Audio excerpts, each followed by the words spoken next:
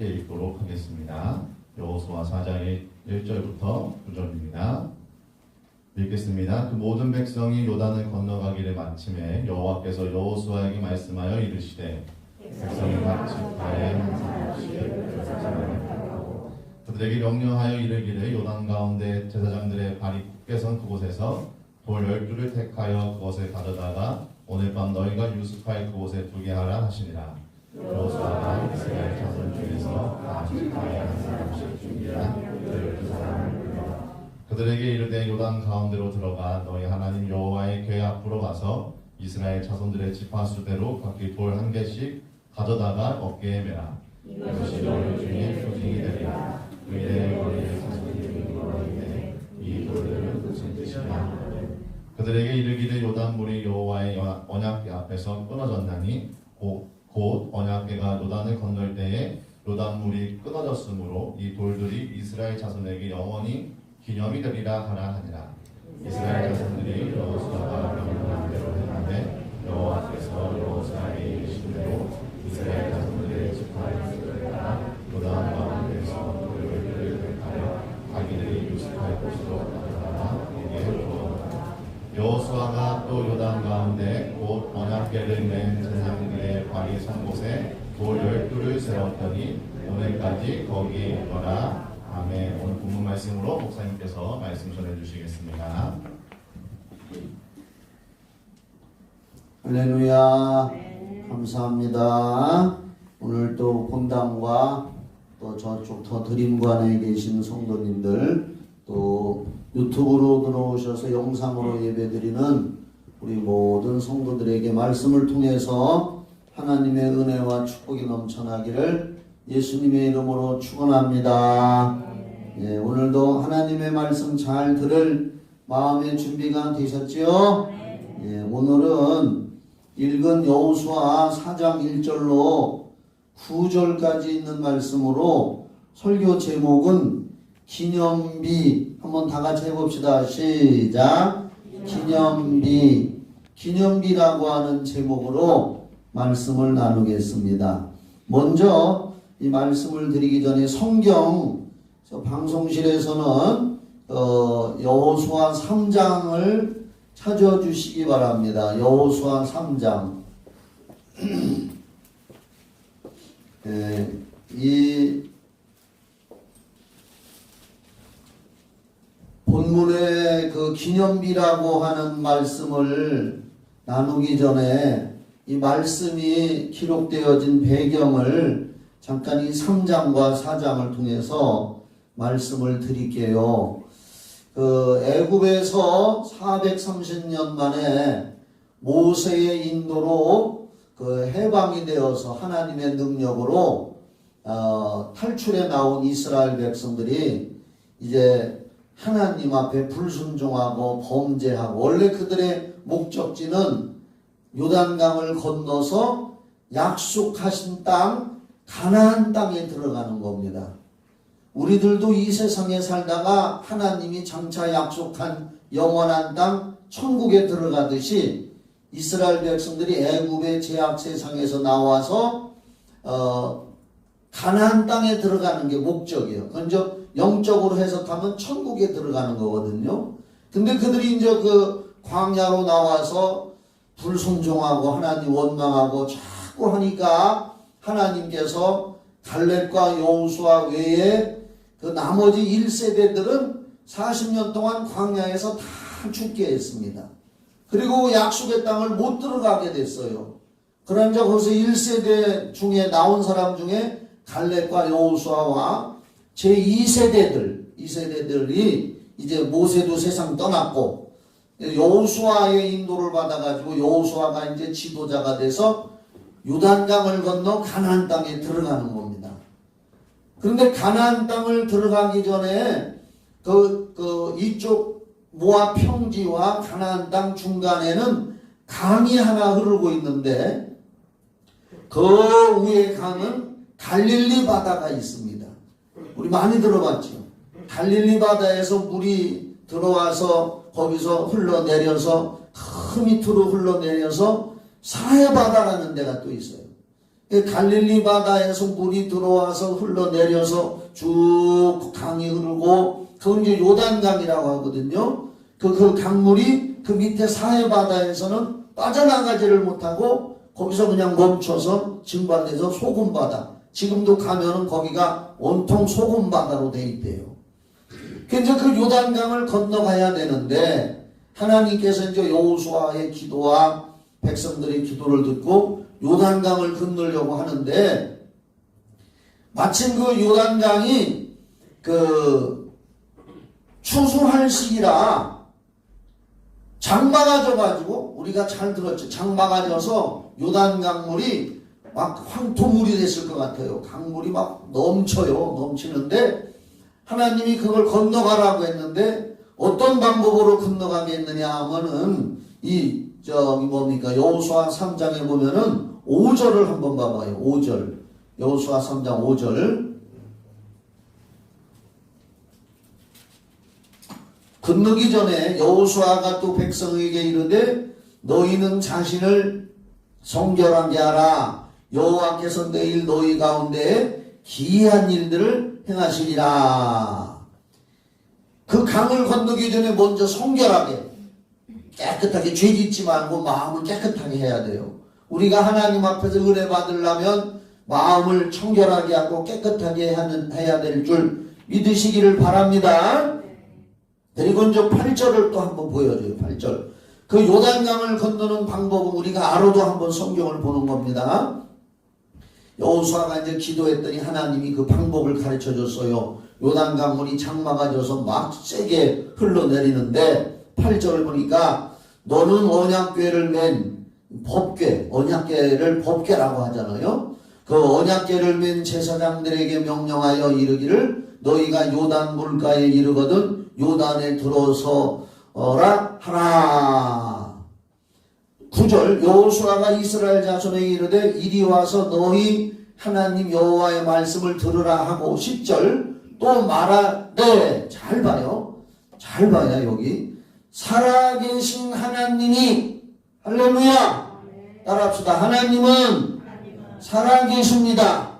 네, 살아계신 하나님. 저는 그래서 성경은 살아계신 하나님의 말씀이다라고 하는 말을 저 스스로 선포할 때 감동이 돼요.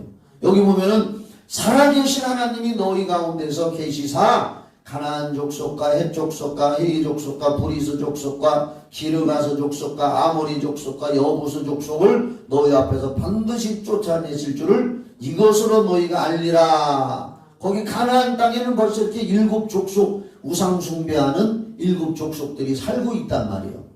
가나안 족속. 여러분 날 봐요. 가나안 족속이 누구냐? 노아의 그 후손 중에 함족이 있어요. 함이 아버지의 하체를 보고서 흉봤잖아요. 그래서 노아가 그 함의 후손 가나안을 저주했어. 그 가나안 그 후손에서 나온 족속이 가나안 땅의 원주민 7족속이고 우상숭배하는 원수의 족속이 된 거예요. 저주받은 족속. 자손을 저주하면 그렇게 돼요.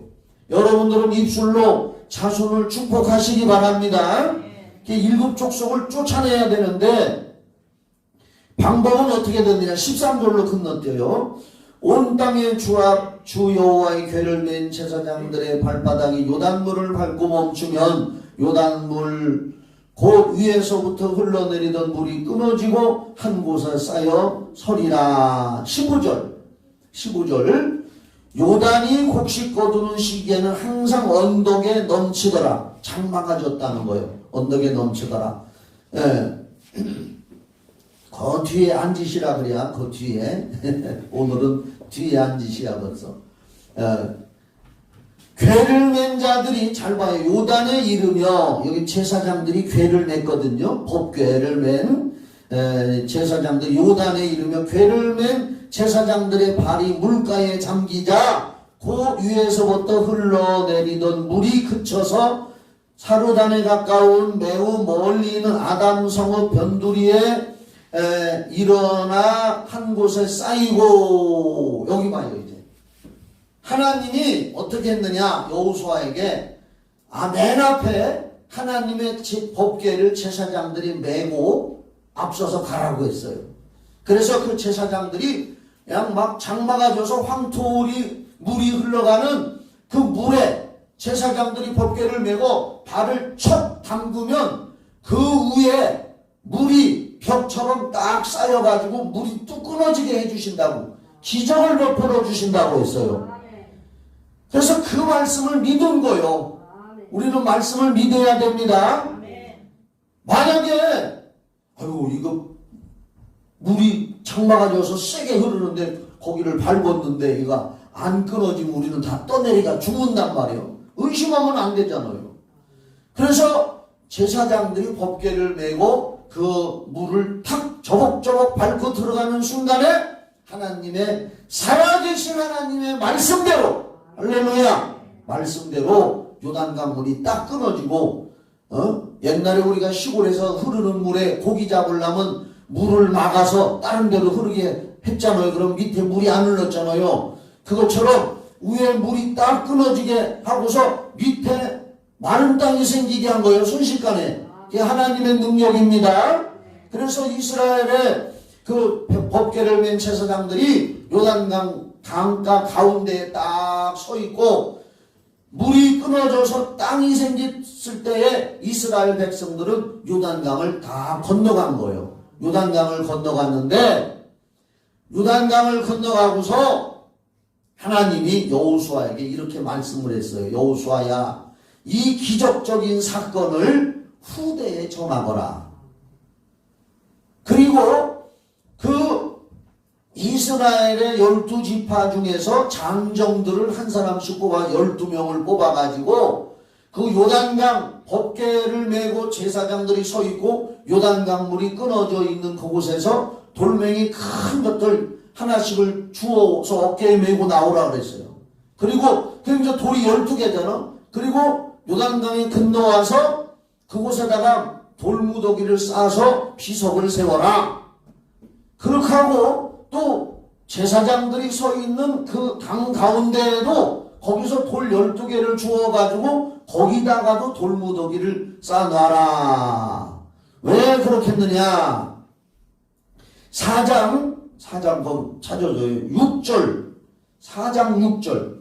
우리가 이 성경 배경을 잘 알아야 됩니다. 할렐루야. 저는 성경을 가르치는 목사니까 알아도 잘 들으세요. 자, 이것이 너희 중에 표징이 되리라. 후일에 너희의 자손들이 물어 이르되 이 돌들은 무슨 뜻이냐 하거든. 후일에 자손들이, 새로 태어난 다음 세대들이 그 돌무더기를 보고 이 돌무더기가 무슨 뜻입니까? 하고 너희들한테 물어보걸랑. 7절. 그들에게 이르기를 요단물이 여호와의 언약궤 앞에서 끊어졌나니 곧 언약궤가 요단을 건널 때에 요단물이 끊어졌으므로 이 돌들이 이스라엘 자손에게 영원히 기념이 되리라 하라 하니라. 할렐루야. 그래서 이제 파워포인트로 갑시다.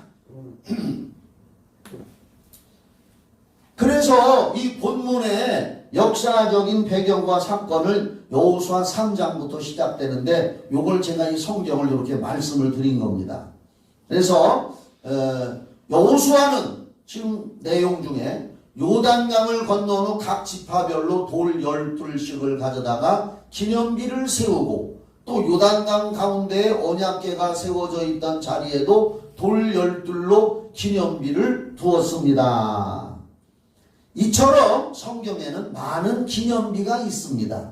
그래서 오늘 이제 제가 말로만 할게요. 이 여호수아 5장 9절에도 보면은 제가 읽어드릴게요. 여호와께서 여호수아에게 이르시되 내가 오늘 애굽의 수치를 너희에게서 떠나가게 하였다 하셨으므로 그곳 이름을 오늘날까지 길갈이라 하느니라. 따라합시다. 길갈. 예. 그 강바닥에서 주워다가 12개를 요단강 건너서 거기 돌무더기로 기념비를 쌓은 장소를 길갈이라고 했다는 거예요. 길갈. 다시 한번 길갈. 예, 길갈이라고 했어요. 이 길갈은 뭐냐면은 그 여호수아 5장 9절에 보면은 애굽의 수치가 굴러갔다. 오늘 여러분들도 하나님 앞에 예배를 잘 드리고 은혜 받고 성령 충만 받아서 여러분을 괴롭히는 어떤 문제나 수치거리가 다 굴러 떨어져 나가게 되기를 예수 이름으로 축원합니다. 그래서 길갈이라고 이름을 했다는 거예요. 예, 그러면 오늘 설교 제목이 기념비인데 기념비라고 하는 뜻이 뭐냐? 우리나라에도 참 전국을 돌아다니면서 보면은 기념비가 많을 겁니다. 어느 곳에 가면 연료비, 우리나라에 참 비가 많아요. 연료비, 효자비, 충렬비, 하여간 유명한 사람들의 그 이름을 빛내기 위해서 비석을 많이 세워놔요. 그것처럼 성경에도 이렇게 비석이 많아요. 우리가 성경 읽어보면 이 기념비라는 것이 뭐냐? 뜻깊은 일을 오래도록 기념하고 전하기 위하여 세운 것을 비석이라고 해요. 기념비. 이게 이제 기념비라고 하는 것은 기록할 기자에다가 생강염자에다가 비석비자예요, 저게. 그걸 볼 때마다 기념되는 걸 머릿속에 생각하고 마음에 생각하고 오래도록 간직하라고 기념비를 세운다 이거예요. 그래서 성경에도 이런 기념비가 많이 등장하는데 제가 몇 가지만 소개해 드릴게요. 사무엘상 7장 1절로 12절에 보면은 미스바의 기적 후 미스바와 샘 사이에 돌로 기념비를 세운 후 따라합시다. 에베네셀. 많이 들어봤죠? 에베네셀이라고 그랬어요. 이게 뭐냐면은 사무엘상 7장 1절로 12절을 읽어보면은 사무엘이 사사가 돼가지고 이스라엘 백성을 다스리는데 백성들이 우상숭배하고 사사시대니까 제멋대로 행했어요.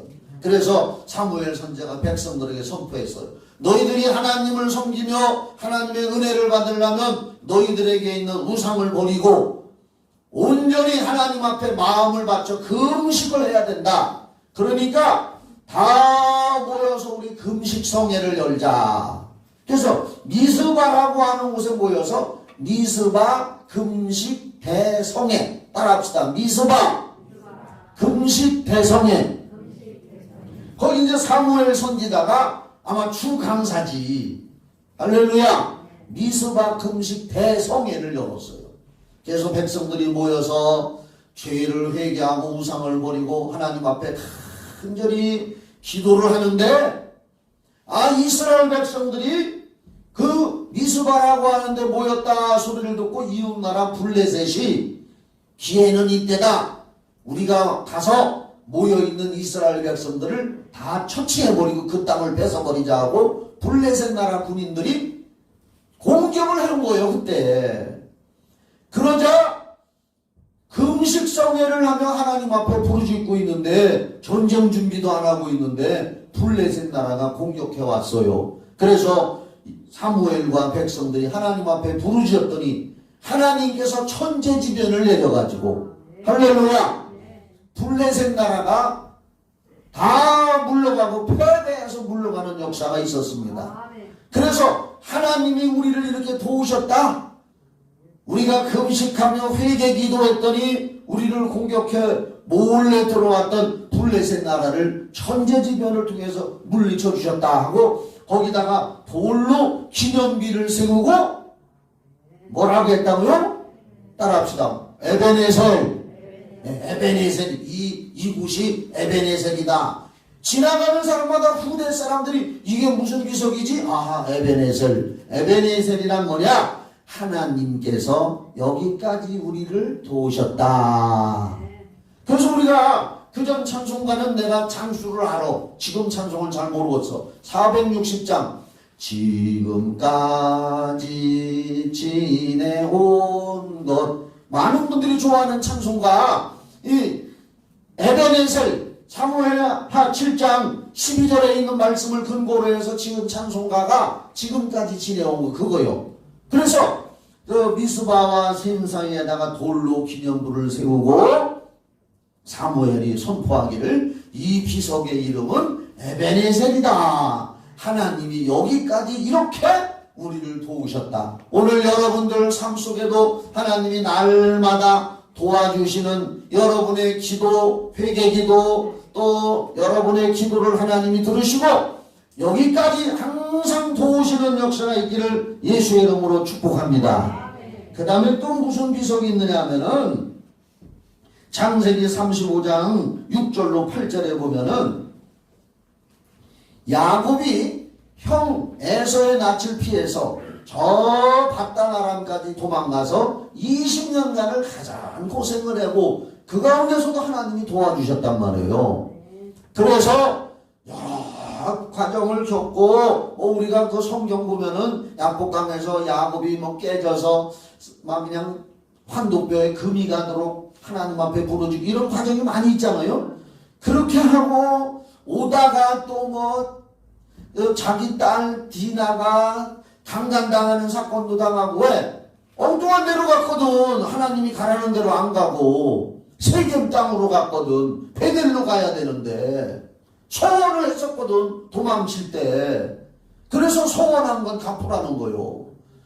그래서 딸이 강간당한 거 복수한다고 아들들이 가서 세겜 사람들을 막 칼로 죽여놓고 이렇게 해가지고 이제 야곱이 어쩔 수 없어 깨닫고 돌아왔어요. 어디로 갔느냐? 자기가 형을 피해서 옛날 청년 시절에 도망갔던 베델 땅 하나님 앞에 소원했었잖아. 거기 내가 여기로 다시 하나님이 돌아오게 하면은 내가 돌베개 했던 이 돌로 기둥을 세워서 하나님의 성전이 되게 하고 할렐루야. 그리고 하나님 앞에 제가 11조 생활을 잘 하겠습니다 하고 거기다 소원을 했단 말이요. 환란 풍파를 당하고서 기도하다 보니까 아차 내가 베델 땅으로 갈 걸 엉뚱한 데로 갔구나. 하나님 앞에 소원한 걸 잊어버리고 그리고 다시 이제 베델로 갔습니다. 그래서 야곱이 형 에서를 피해 도망칠 때 소원했던 가나안 땅 루슈 곧 베델에 도착하여 돌제단을 쌓고 이를 그 돌제단을 쌓고 그 비석을 이름을 뭐라고 했느냐? 엘베델이라. 따라합시다. 엘베델. 거기다 또 돌비석을 쌓고 엘베델이라고 기념했어요. 이게 엘베델이 뭐냐? 여기는 하나님의 집이다. 이렇게 선포를 한 거예요. 그리고 하나님이 나를 이렇게 기억해 주셨구나. 엘베델. 또 뭐냐? 이건 사람들이 잘 몰라. 잘 들어봐. 창세기 35장 8절에 야곱의 어머니가 리브가요. 그러니까 이삭의 부인. 야곱의 어머니 리브가의 그 유모. 리브가가 이삭한테 시집 올 때 거기서 유모가 따라왔는데 유모 이름이 드보라요. 드보라. 드보라의 이름의 뜻은 따라합시다. 꿀벌. 드보라의 이름 뜻이 꿀벌이랍니다. 꿀벌처럼 열심히 희생하고 봉사하고 꿀을 내주고 하는. 그래서 야곱의 어머니 리브가를 위해서 유모 노릇하며 평생을 꿀벌처럼 헌신봉사. 여러분들도 교회에서 이왕이면 예수 믿고 헌신봉사 잘 하시기를 예수의 이름으로 축원합니다. 영적인 드보라가 되시기를 바랍니다. 야곱의 저희 창세기 35장 8절에 보니까 야곱의 어머니 리브가의 유모 드보라가 죽자 야곱이 베델 아래에 있는 상수리 나무, 성경에 보면 상수리 나무라고 나오는데 우리나라 말로 하면은 도토리 나무라 합니다. 도토리 나무. 이스라엘에 가면 지금도 500년 된, 1000년 된, 5000년 된 그런 도토리 나무가 있대요. 베델 아래 있는 상수리 나무 밑에 그 드보라를 장사 지내고 그 나무 이름을, 비석은 아니지만 그 나무 이름을 알론바봇이라. 따라합시다. 알론바봇. 네. 알론바굿이란 무슨 뜻이냐? 곡함의 상수리 나무라. 그 리브가의 유모가 죽자 야곱이 그 가족들이 종이지 말하자면 드보라 유모니 딱 그 가문의 종로로 타고 일만 열심히 했던 사람인데 그이가 죽자 정성스럽게 그 상수리 나무 도토리 나무 밑에다가 장사 지내고 알론바굿이라고 이름을 붙여줬어요. 얼마나 가족들이 슬피 울었던지 곡하면서 울은 상수리 나무다. 그래서 이걸 두고 옛날에 그 CCC의 김중근 목사님이 쓴 책에 보니까 드보라라고 하는 이름처럼 우리 성도들이 하나님 앞에서 희생봉사하면은 하나님이 그 이름을 기억해 주실 것이다. 알론바굿을 가지고 그렇게 책을 쓴 것을 제가 기억을 합니다. 여러분들도 영적 드보라가 되시기를 주의 이름으로 축원합니다. 또 하나 비석이 있어 성경에. 오늘 비석 얘기를 좀 많이 할 거예요. 여러분들이 성경을 읽었지만은 이런 걸 또 이렇게 비석에 대해서만 연구를 한 일은 거의 없을 겁니다. 그 다음에 출애굽기 17장 13절로 15절에 아말렉과 전투에서 승리한 후에 모세가 돌제단을 쌓고 여호와 니시 따라합시다. 여호와 니시. 이게 뭐냐면은 이스라엘이 광야에서 전진해 나가는데 아말렉이라고 하는 나라가 방해를 합니다. 자꾸만. 그래서 하나님 앞에 기도했더니 모세 시대에 여호수아를 장군으로 세우고 군사를 보내서 아말렉을 멸망시켜라. 그래가지고 이제 그 여호수아가 앞에 나가서 싸우는데 모세는 산꼭대기에 올라가서 기도를 한단 말이에요. 손을 이렇게 들고. 손을 들고 기도하는데 아론하고 조카 훌이 따라갔어. 이제 기억나죠? 그래서 모세가 산꼭대기에서 이렇게 손을 들고 하나님 저 산 밑에서 아말렉과 전투하는 우리 부대를 승리하게 해달라고 모세가 손을 들고 기도하면은 여호수아와 이스라엘 군대가 앞으로 전진하면서 막 승리하는데 모세도 사람인고로 팔이 아파가지고 이렇게 내리니까 이스라엘의 군대가 자꾸 뒤로 또 밀린단 말이요. 또 모세가 손을 들면 이스라엘이 이기고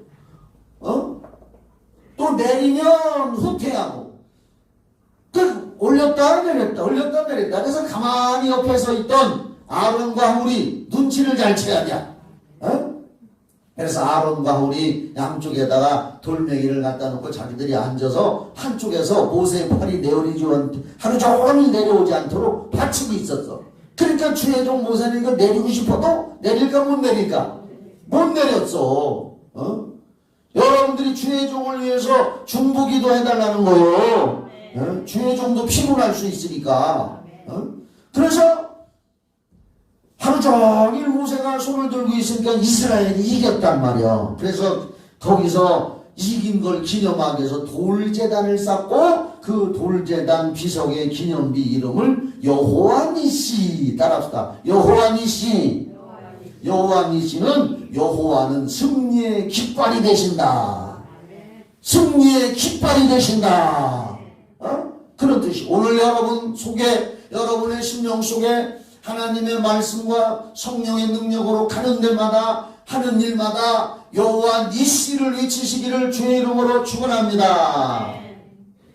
그런데 내가 이걸 성경을 읽으면서 연구하다가 보니까 하나님의 영광, 아까 요단에서도 돌비석 세운 것이 하나님의 영광을 드러내려고 돌비석을 세운 거란 말이요. 그렇죠? 돌비석을 세운 건데 이러한 돌비석을 세운 이유가 뭐냐?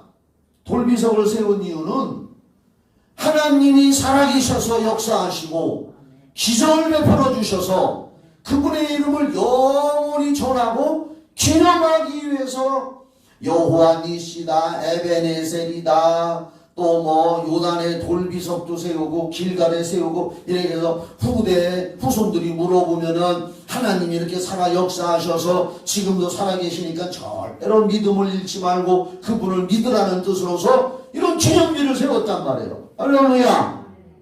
그런 목적으로 비를 세웠어요. 그런데 이와 반대로, 잘 들어봐요. 이와 반대로 비석을 세우는데 자신을 높이기 위해서 기념비를 세우고 망한 사람이 성경에 나오더라. 자기 이름만 높이려고. 그게 누구냐? 자신의 기념비를 세우고 망한 사람 2명. 그 외에도 많이 있을게요. 근데 내가 성경에 찾아보니까 사무엘상 15장 12절에 보니까 사울, 이스라엘의 첫 번째 왕 사울이 갈멜이라고 하는 곳에다가 자기 이름의 기념비를 세웠어. 사울이, 성경에 뭐라고 했느냐? 사울이 자기를 위하여 갈멜에 기념비를 세웠다 하고 써있어. 사울이 하나님 말씀에 불순종하고, 잘 들어봐요, 악한 영이 쑥 들어가니까 날뛰다가 나중에 다윗만 죽이려고 평생 인력을 소모하고 자기의 모든 걸 다 소모해서 다윗 죽이려 쫓아다니느라고. 악한 영이 들어가지고.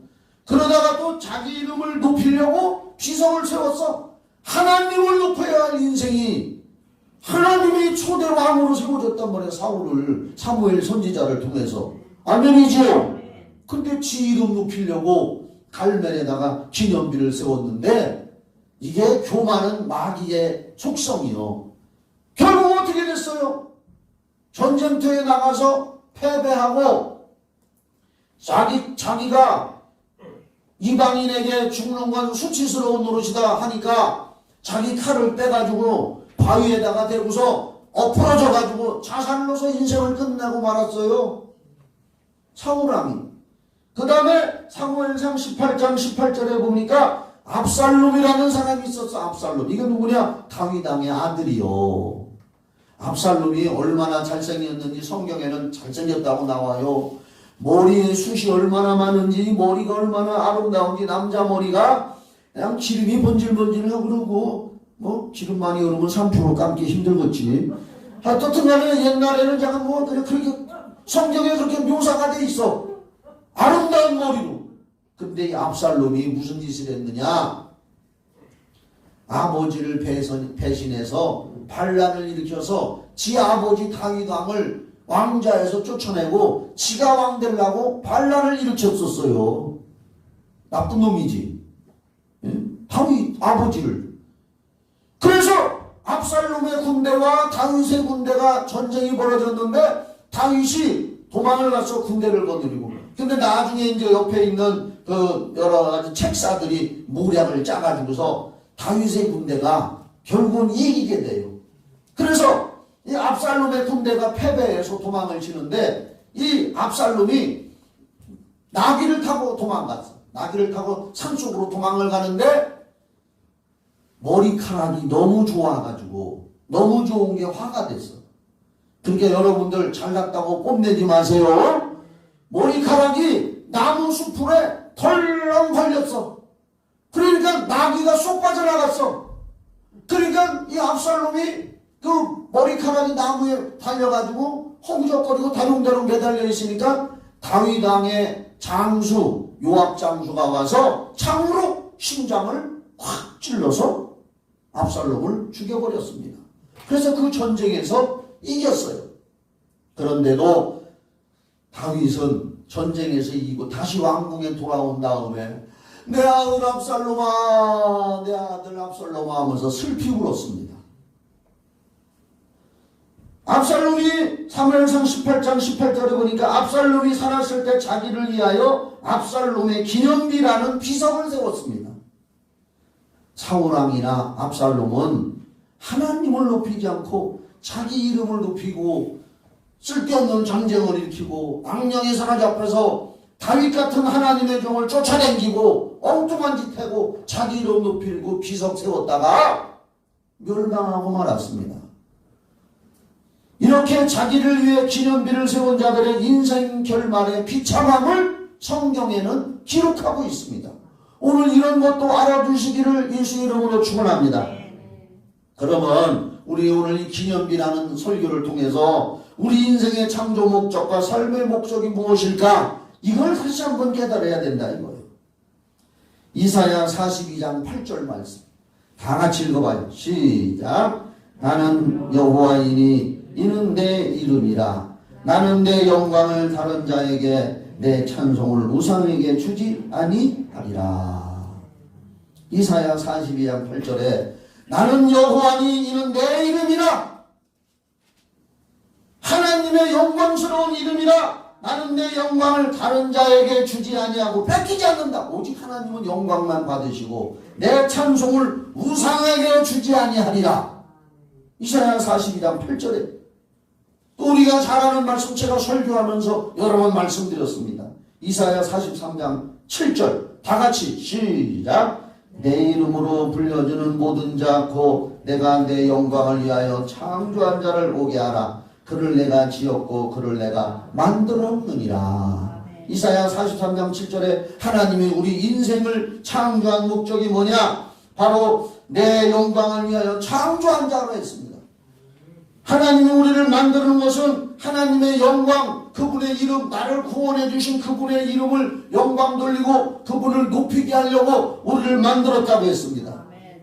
똑같은 이사야 43장 21절에 다 같이 시작. 이 백성은 내가 나를 위하여 지었나니 나를 찬송하게 하려 함이니라.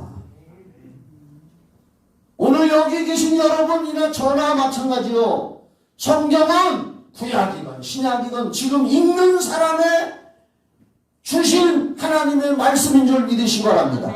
아까 여호수아 3장 10절에 살아계신 하나님, 살아계신 하나님, 얼마나 위대한 말씀입니까?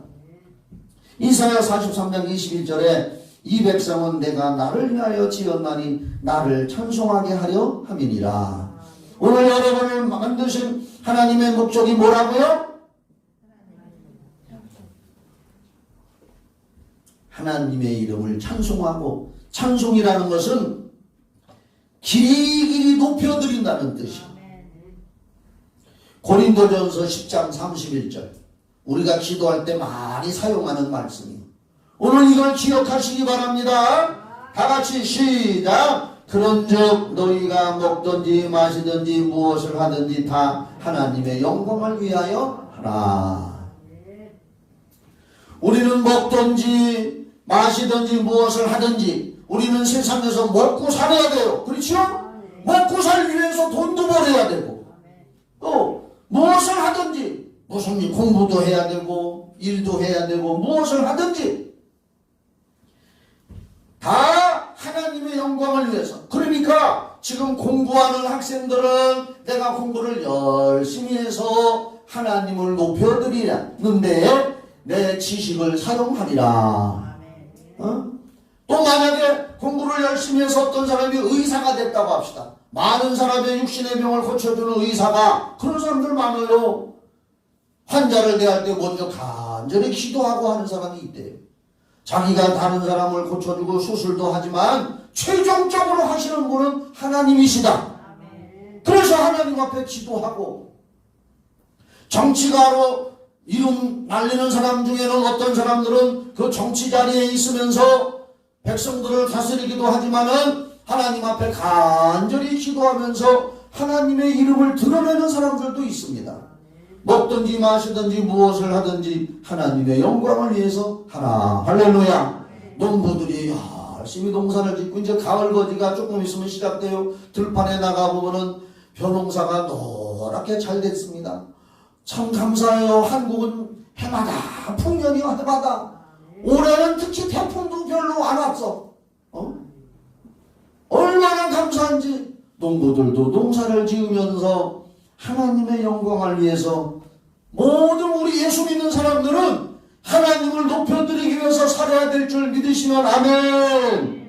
그러면 오늘 기념비라는 이 말씀을 우리의 삶 속에다가 한번 적용을 해보는 거예요.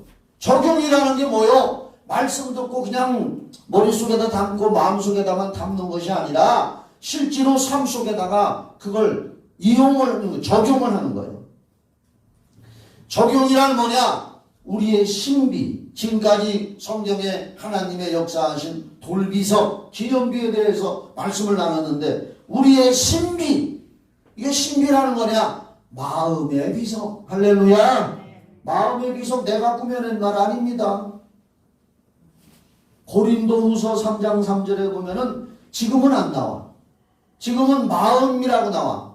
그전 개역 한글에 보면은 고린도후서 3장 3절에 돌비라는 말도 나오고 신비라는 말 나오는데 지금 개정에는 신비, 그전에 개역 한글에 신비를 마음판이라고 바꿔놨더라고요. 그거나. 그러니까 이제 우리의 신비에 이제 우리는 마음의 비석에 예수의 보혈의 은혜와 말씀을 영원히 새겨두는 여러분 되시기를 주의 이름으로 축원합니다. 그냥 말씀으로 드릴게요. 로마서 4장 17절로 18절에 보면은 이런 말씀이 나와요.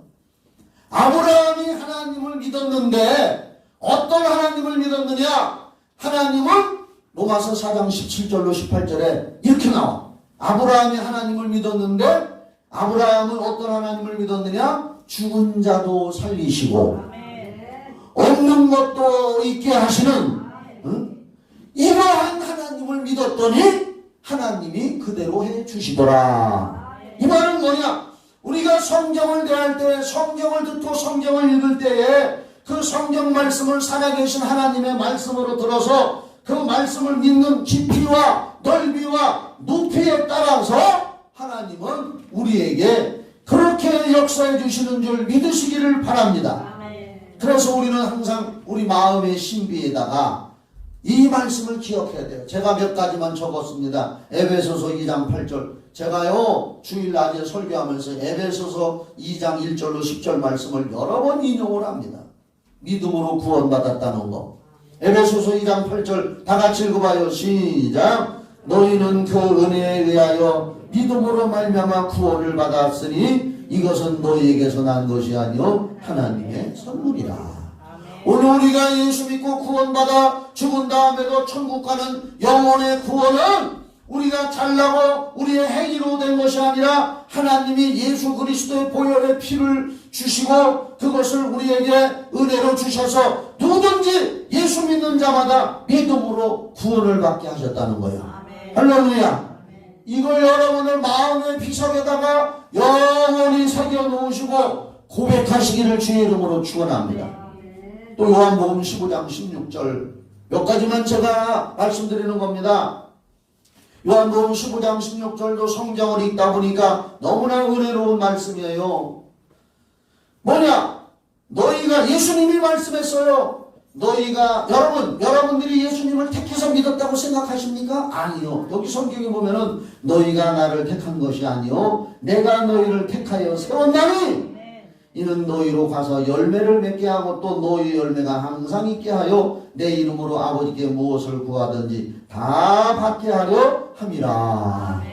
우리가 누구에게 전도가 돼서 왔거나 자기 스스로 왔거나 우리가 생각할 때는 내가 예수를 믿은 것 같지만 그러나 보이지 않는 하나님의 성령께서 너희가 나를 택한 것이 아니라 내가 너희를 택해서 세워서 여기까지 불러서 너희를 통해서 전도의 열매, 선한 열매 맺으려고 하고 너희가 기도하는 거에 응답해 주려고 내가 너희를 택해서 불러서 여기까지 온 것이다. 특히 많고 많은 교회 중에 성경 닮은 교회에 왔다는 거 감사하시기를 주의 이름으로 축원합니다. 또 갈라디아서 4장 6절 너무나 은혜로운 말씀. 시작. 너희가 아들임으로 하나님이 그 아들의 영을 우리 마음 가운데 보내사 아빠 아버지라 부르게 하셨느니라. 바로 우리를 구원 주시고 성령을 보내주셔서 우리가 기도할 때나 예배 드릴 때나 말할 때나 하나님을 아버지 하나님 따라합시다. 하나님 아버지 아버지 하나님 이렇게 부르는 것은 성령이 우리 안에 들어오게 하셔서 성령을 보내주셔서 우리가 아빠 아버지 하고 부른다는 거예요. 감사한 일이죠. 얼마나 감사한 겁니까? 사도행전 1장 8절에 이제 또 이렇게 말씀하셔요. 오직 성령 이걸 우리 마음판에 새겨두자 이 말이요. 마음의 비석에 영원히 기념하자는 거예요. 오직 성령이 너희에게 임하시면 너희가 권능을 받고 예루살렘과 온 유대와 사마리아와 땅끝까지 이르러 내 증인이 되리라 하시니라. 우리 보고 그렇게 하라고 마음판에다가 이 말씀을 새겨 놓으신 거예요. 그 다음에 요 성경 구절 요 한 군데는 제 개인의 개인적인 마음의 비석에 항상 새겨놓고 있는 말씀입니다. 마가복음 16장 15절로 18절의 말씀인데 또 이르시되 너희는 온 천하에 다니며 만민에게 복음을 전파하라. 여러분도 이 말씀을 마음의 비석에 새겨놓으시기 바랍니다. 믿고 세례를 받는 사람은 구원을 얻을 것이요 믿지 않는 사람은 정죄를 받으리라. 또 17절 믿는 자들에게는 이런 표적이 따르리니 곧 그들이 내 이름으로 귀신을 쫓아내며 교회는 귀신 쫓아내야 돼요. 누가 뭐래도 예수님 오실 때까지 이 일을 해야 돼요. 아무리 큰 교회에서 그거 안 한다 뭐라 하더라도 우리는 해야 될 줄 믿으시기 바랍니다. 새 방언을 말하며 뱀을 집어올리며 무슨 독을 마실지라도 해를 받지 아니하며 병든 사람에게 손을 얹은 즉 나으리라 하시더라. 이런 일이 우리 교회에 계속 나타나도록 기도하시기를 바랍니다. 마태복음 12장 28절 여기 써 있잖아요. 저쪽에 다 같이 보고 시작. 내가 하나님의 성령을 힘입어 귀신을 쫓아내는 것이면 하나님의 나라가 이미 너희에게 임하였느니라. 이걸 공식이라고 했잖아요. 공식. 이걸 우리 마음의 비석 마음판에 새겨놓으시고 항상 신앙 고백하고 이 말씀을 믿고 기도하시기를 주의 이름으로 축원합니다. 한 가지만 더 나는 내 개인적인 거 말씀드리는 거예요. 빌립보서 4장 19절 말씀을 나는 너무 좋아합니다. 빌립보서 4장 19절에 뭐라고 했느냐. 나의 하나님이 그리스도 예수 안에서 영광 가운데 그 풍성한 대로 내 모든 쓸 것을 채우시리라. 얼마나 좋은 말씀. 나는요 항상 그 말씀을 마음에 묵상합니다. 나의 하나님이 언제나 어느 때나 나의 쓸 것을 채워주실 것이다. 아멘. 빌립보서 4장 19절. 응? 아무리 세상이 힘들고 어렵고 가난하고 병들고 어렵다 할지라도 나는 빌립보서 4장 19절 말씀을 내 마음의 비석에다 새겨놓고 묵상하고 고백합니다. 나의 하나님이 그리스도 예수 안에서 영광 가운데 그 풍성한 대로 내 쓸 걸 채워줄 것이다. 하나님은 지금까지 나에게 그렇게 해주시고 있더라고요. 또 빌립보서 4장 13절에 내게 능력 주시는 자 안에서 내가 모든 걸 할 수 있느니라. 얼마나 나는 기도할 때마다 그걸 시인하고 내 마음의 비석에다 세워놓고 고백을 합니다. 결론을 내립니다. 말라기 3장 16절 말씀에 이런 말씀이 있습니다. 그때 여호와를 경외하는 자들이 피차에 말하며 그것을 분명히 들으시고 여호와를 경외하는 자와 그 이름을 존중히 여기는 자를 위하여 여호와 앞에 있는 기념책에 기록하셨느니라. 제가 말씀드렸습니다. 요한계시록 20장 11절부터 보면 세상을 마지막 심판할 때 그 앞에 책들이 펴져 있는데 복수로 나와 책들이 있는데 그 중에 생명책이 있더라. 생명책에는 구원받은 사람들의 이름이 다 기록되어 있어서 거기 기록되어 있는 사람은 천국으로 가고요. 그 다음에 말라기 3장 16절부터 보니까 거기에 기념책이 있더라 그랬습니다. 분명히 요한계시록 20장 11절부터 책들이 펴져 있는데 거기 생명책도 있고 그 책들 중에는 기념책도 있는 줄 믿으시기 바랍니다. 분명히 거기 기념책에 기록하셨느니라. 기념책이 있어요. 만군의 여호와가 이르노라 내가 나의 정한 날에 이게 정한 날인 마지막 심판 때 그들을 하나님을 특별히 잘 섬기고 충성하고 헌신하고 봉사했던 그들을 나의 특별한 소유로 삼을 것이요 또 사람이 자기를 섬기는 아들을 아낀같이 내가 그들을 아끼리니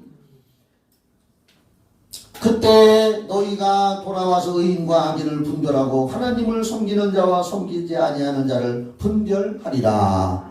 오늘 이왕이면 여러분들이 하나님 앞에 있는 생명책에도 다 기록되는 건 물론이거니와 거기에 또 추려줘서 하나님이 영원히 특별 관리하고 특별한 상 주는 기념책에도 기록되어서 영원히 하나님 앞에 기념되는 여러분 되기를 주의 이름으로 축원합니다. 성경이 기념책이라고 나와 있습니다. 우리가 하나님을 이제 이거 읽고 맞춰. 다 같이 시작. 우리가 하나님을 영원히 기념해 드리면 하나님도 우리를 기념책에 기록하시고 우리를 특별히 배우해 주십니다.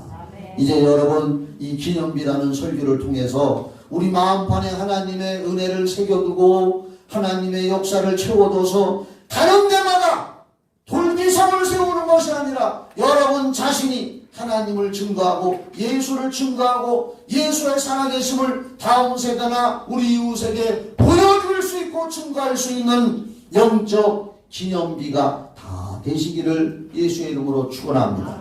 그러면 하나님도 여러분과 여러분의 후손을 영원히 기념되게 하실 줄 믿습니다. 기도하겠습니다. 하나님 아버지, 오늘은 성경에 나와 있는 기념비에 대해서 말씀을 나누었습니다. 우리 성도들의 마음속에 하나님의 살아계심과 예수 피와 성령의 역사가 영원한 기념비가 되어서 가는 데마다 예수를 증거하고 예수를 보여드리고 하나님의 살아계심을 나타내는 아름다운 열매를 맺게 하여 주시옵소서. 예수의 이름으로 기도하옵나이다.